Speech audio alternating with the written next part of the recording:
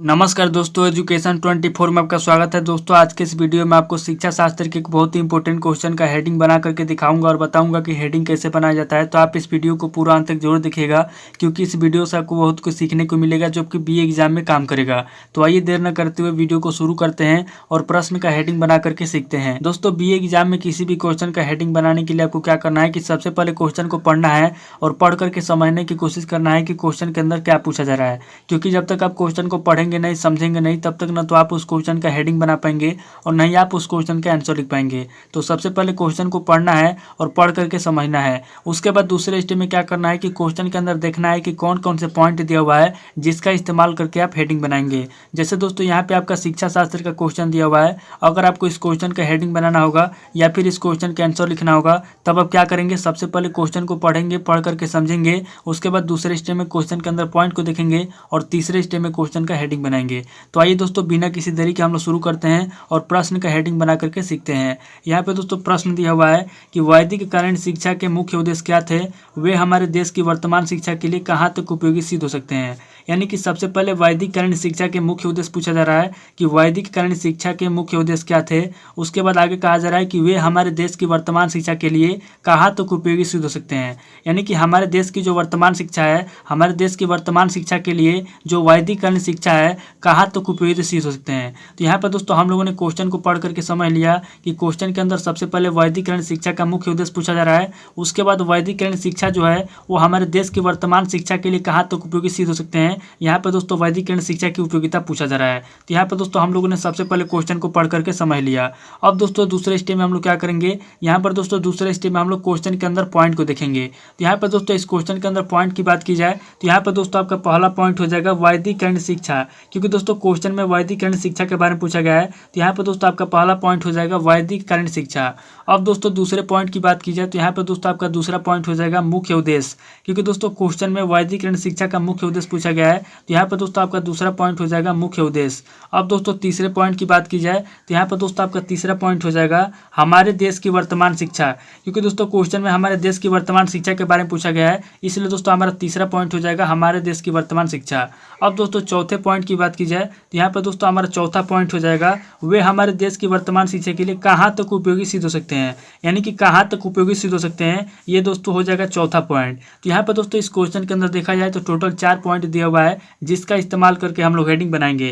तो यहाँ पर दोस्तों इस क्वेश्चन को हम लोगों ने सबसे पहले पढ़ करके समझ लिया। उसके बाद दूसरे स्टेप में हम लोगों ने क्वेश्चन के अंदर पॉइंट को देख लिया। अब दोस्तों तीसरे स्टेप में क्या करेंगे, तीसरे स्टेप में हम लोग इस क्वेश्चन का हेडिंग बनाएंगे। तो यहाँ पर दोस्तों इस क्वेश्चन का पहला हेडिंग हम लोग क्या लिखेंगे, तो दोस्तों मैं आपसे हर वीडियो में बताता हूँ कि किसी भी क्वेश्चन का पहला हेडिंग या तो परिचय लिखेंगे, या तो परिभाषा लिखेंगे, या तो प्रस्तावना लिखेंगे, या तो भूमिका लिखेंगे। क्योंकि दोस्तों ये शिक्षा शास्त्र का क्वेश्चन है, इसलिए हम लोग क्या करेंगे, सबसे पहले हम लोग इस क्वेश्चन का भूमिका लिखेंगे। तो यहाँ पर दोस्तों हम लोग क्या करेंगे, यहाँ पर दोस्तों पहला पॉइंट देंगे और यहाँ पर दोस्तों पहला पॉइंट देकर हम लोग पहला हेडिंग क्या लिखेंगे, यहाँ पर दोस्तों सबसे पहले हम लोग भूमिका लिखेंगे। यहाँ पर दोस्तों हमारा पहला हेडिंग हो जाएगा भूमिका। अब दोस्तों भूमिका लिखने के बाद हम लोग क्या करेंगे, यहाँ पर दोस्तों भूमिका के अंदर हम लोग क्या करेंगे, कम से कम हम लोग 4 से 5 लाइन या फिर 6 लाइन, आपको जितना भी आता है उतना आपको क्या करना है। यहाँ पे भूमिका के अंदर आपको 4 लाइन, 5 लाइन, 6 लाइन, आपको जितना भी आता है वैदिक कालीन शिक्षा और वर्तमान शिक्षा को लेकर के यहाँ पे दोस्तों सबसे पहले क्वेश्चन का भूमिका लिख देना है। उसके बाद दोस्तों यहाँ पे क्या करना है, आगे आपको क्या करना है, यहाँ पे दोस्तों दूसरा पॉइंट देना है और यहाँ पे दोस्तों दूसरा पॉइंट दे क्या करना है, यहाँ पे दोस्तों आपको दूसरा हेडिंग लिखना है। तो यहाँ पे दोस्तों दूसरा हेडिंग आप क्या लिखेंगे, तो यहाँ पे दोस्तों दूसरा हेडिंग लिखने के लिए आप क्या करेंगे, यहाँ पे दोस्तों हमारा जो पहला पॉइंट दिया हुआ है वैदिक कालीन शिक्षा, हम लोग क्या करेंगे कि पहले पॉइंट को ले लेंगे और पहले पॉइंट को लेकर के यहाँ पे हम लोग दूसरा हेडिंग लिखेंगे वैदिक कालीन शिक्षा। क्योंकि सबसे पहले हम लोग क्या करेंगे, वैदिक कालीन शिक्षा के बारे में लिखेंगे कि वैदिक कालीन शिक्षा क्या होता है। तो यहाँ पर दोस्तों हम लोग दूसरे हेडिंग में लिखेंगे वैदिक कालीन शिक्षा। तो यहाँ पर दोस्तों हमारा दूसरा हेडिंग हो जाएगा वैदिक कालीन शिक्षा, यानी कि हम लोग वैदिक कालीन शिक्षा के बारे में लिखेंगे। तो यहाँ पर दोस्तों हमारा दूसरा हेडिंग हो जाएगा वैदिक कालीन शिक्षा।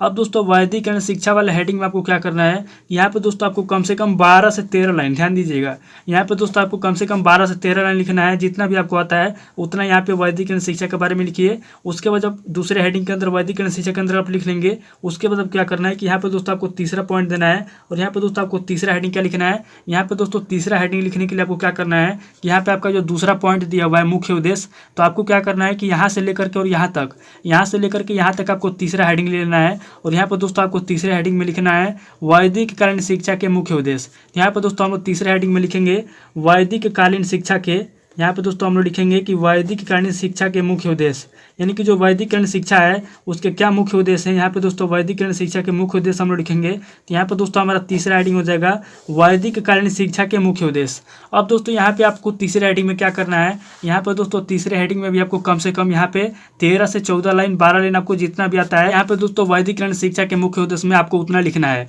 उसके बाद दोस्तों आगे आपको क्या करना है कि यहाँ पे दोस्तों आपको चौथा पॉइंट देना है, और यहाँ पे दोस्तों चौथा पॉइंट देकर आपको चौथा हेडिंग क्या लिखना है। तो यहाँ पे दोस्तों आपको चौथा हेडिंग लिखने के लिए क्या करना है कि यहाँ पे दोस्तों आपका जो तीसरा पॉइंट दिया हुआ है हमारे देश की वर्तमान शिक्षा, तो चौथा हेडिंग लिखने के लिए आपको क्या करना है कि तीसरे पॉइंट को ले लेना है, और तीसरे पॉइंट को लेकर के यहाँ पे चौथा हेडिंग लिखना है हमारे देश की वर्तमान शिक्षा। यानी कि चौथे हेडिंग में हम लोग हमारे देश की जो वर्तमान शिक्षा है, अपने वर्तमान शिक्षा के बारे में हम लोग सबसे पहले लिखेंगे। तो यहाँ पे दोस्तों हमारा चौथा हेडिंग हो जाएगा हमारे देश की जो वर्तमान शिक्षा है। यहाँ पे दोस्तों हम अपने देश की वर्तमान शिक्षा के बारे में लिखेंगे। तो यहाँ पे दोस्तों हम लोग लिखेंगे हमारे देश की वर्तमान शिक्षा। अब दोस्तों यहाँ पे हम लोग क्या करेंगे, चौथे हेडिंग में हम लोग क्या करेंगे, यहाँ पे दोस्तों हम लोग कम से कम 10 से 12 लाइन हम हमारे देश की वर्तमान शिक्षा के बारे में यहाँ पे चौथे हेडिंग में लिख देंगे।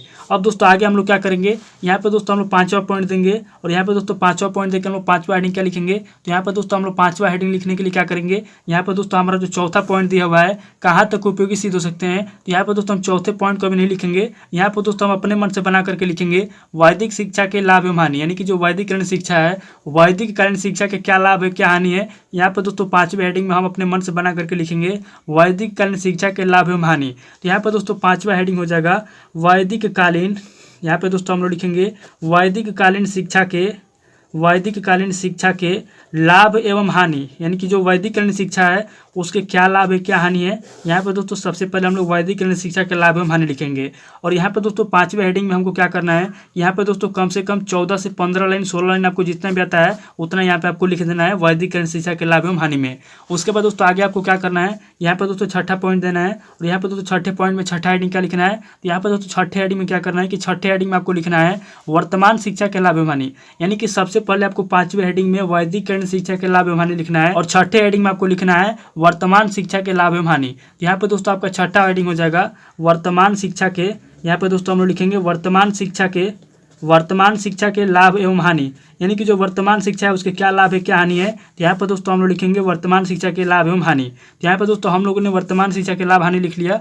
अब दोस्तों यहाँ पे आपको क्या करना है कि छठे हेडिंग में आपको कम से कम यहाँ पे भी आपको 9 से 10 लाइन आपको लिखना है, आपको जितना भी आता है वर्तमान शिक्षा के लाभ हानि में। यहाँ पर दोस्तों आपको जितना भी आता है उतना आपको यहाँ पे लिख लेना है।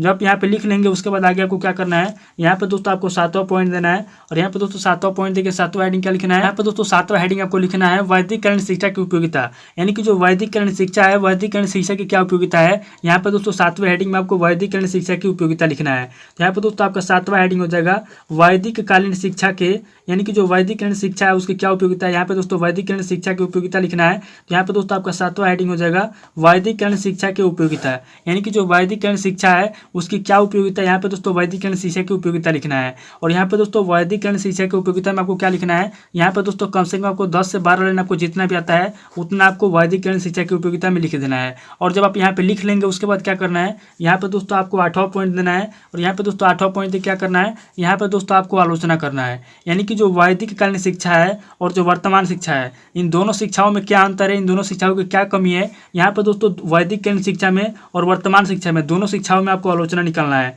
तो यहाँ पे दोस्तों आपको क्या करना है कि 8वें हेडिंग में आपको आलोचना करना है, यानी कि जो वैदिककालीन शिक्षा है और जो वर्तमान शिक्षा है इन दोनों शिक्षाओं की आलोचना करना है, कमियां निकालना है। और यहाँ पर दोस्तों आपको क्या करना है कि कम से कम आपको 18 से 20 लाइन आपको जितना भी आता है उतना आपको यहाँ पे लिख देना है आलोचना में।